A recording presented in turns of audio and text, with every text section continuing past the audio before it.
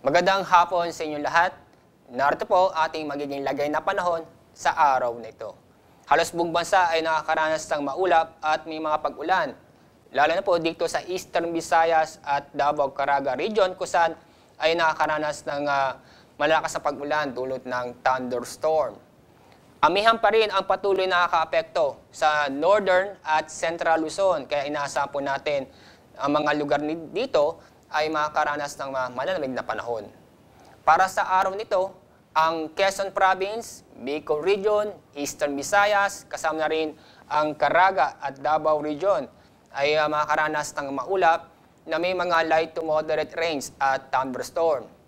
Samantala, ang Metro Manila, Cordillera, Cagayan Valley, Ilocos Region at yung buong Central Luzon ay makakaranas ng maulap na may mga mahinang pag-ulan. Samantala, ang nalabing bahagi ng bansa, katulad sa mga parteng Mindanao at yung Palawan, ay makakaranas ng bahagya hanggang sa maulap na papawarin na may mga isolated lamang pag-ulan. Wala man tayong binabantayang low pressure area o bagyo sa loob ng ating Philippine Area of Responsibility. Dahil sa epekto ng amihan, inaasahan pa rin natin na magiging maalon hanggang sa napakaalon ng ating mga karagatan. Ang mga lugar nito, ito yung buong seaboard ng Northern Luzon, Eastern Seaboard ng Central Luzon, Eastern at Southern Seaboard ng Southern Luzon, at seaboard ng Eastern Visayas. Delikado po kasi pumalaot ang ating mga sasakyang pangdagat dahil sa matataas pong ang pag-alon. Ang mga lugar pong maapektuhan nito ay yung Batanes, Calayan, Babuyan, Ilocos Norte, Ilocos Sur, Cagayan, Isabela, Aurora, Camarines Provinces, Catanduanes, Albay, Sorsogon, Quezon kasama ang Polillo Islands, Mindoro Oriental, Romblon, Masbate, Northern Palawan, kasama na rin ang Northern at Eastern Samar. Inaasahan po natin sa loob ng 3 araw dito sa Metro Manila. Ngayon po ay mahinang pag-ulan.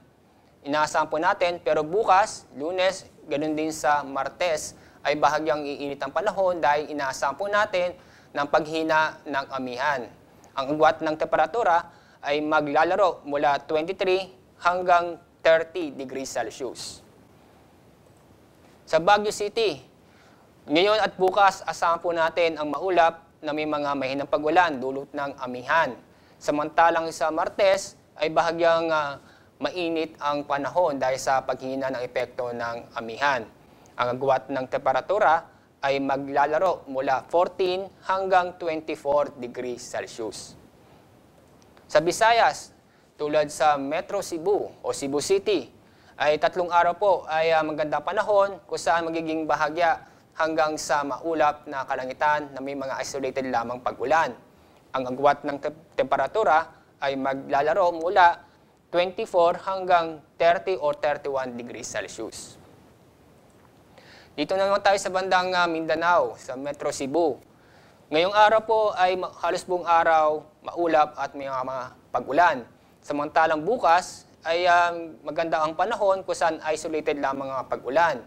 Pero pagdating ng Martes ay hindi gagandahang panahon dahil sa halos buong araw ay maulap at may mga pag-ulan. Inaasahan po natin na agwat ng temperatura sa Davao City ay maglalaro mula 24 o 25 degrees Celsius hanggang 31 degrees Celsius.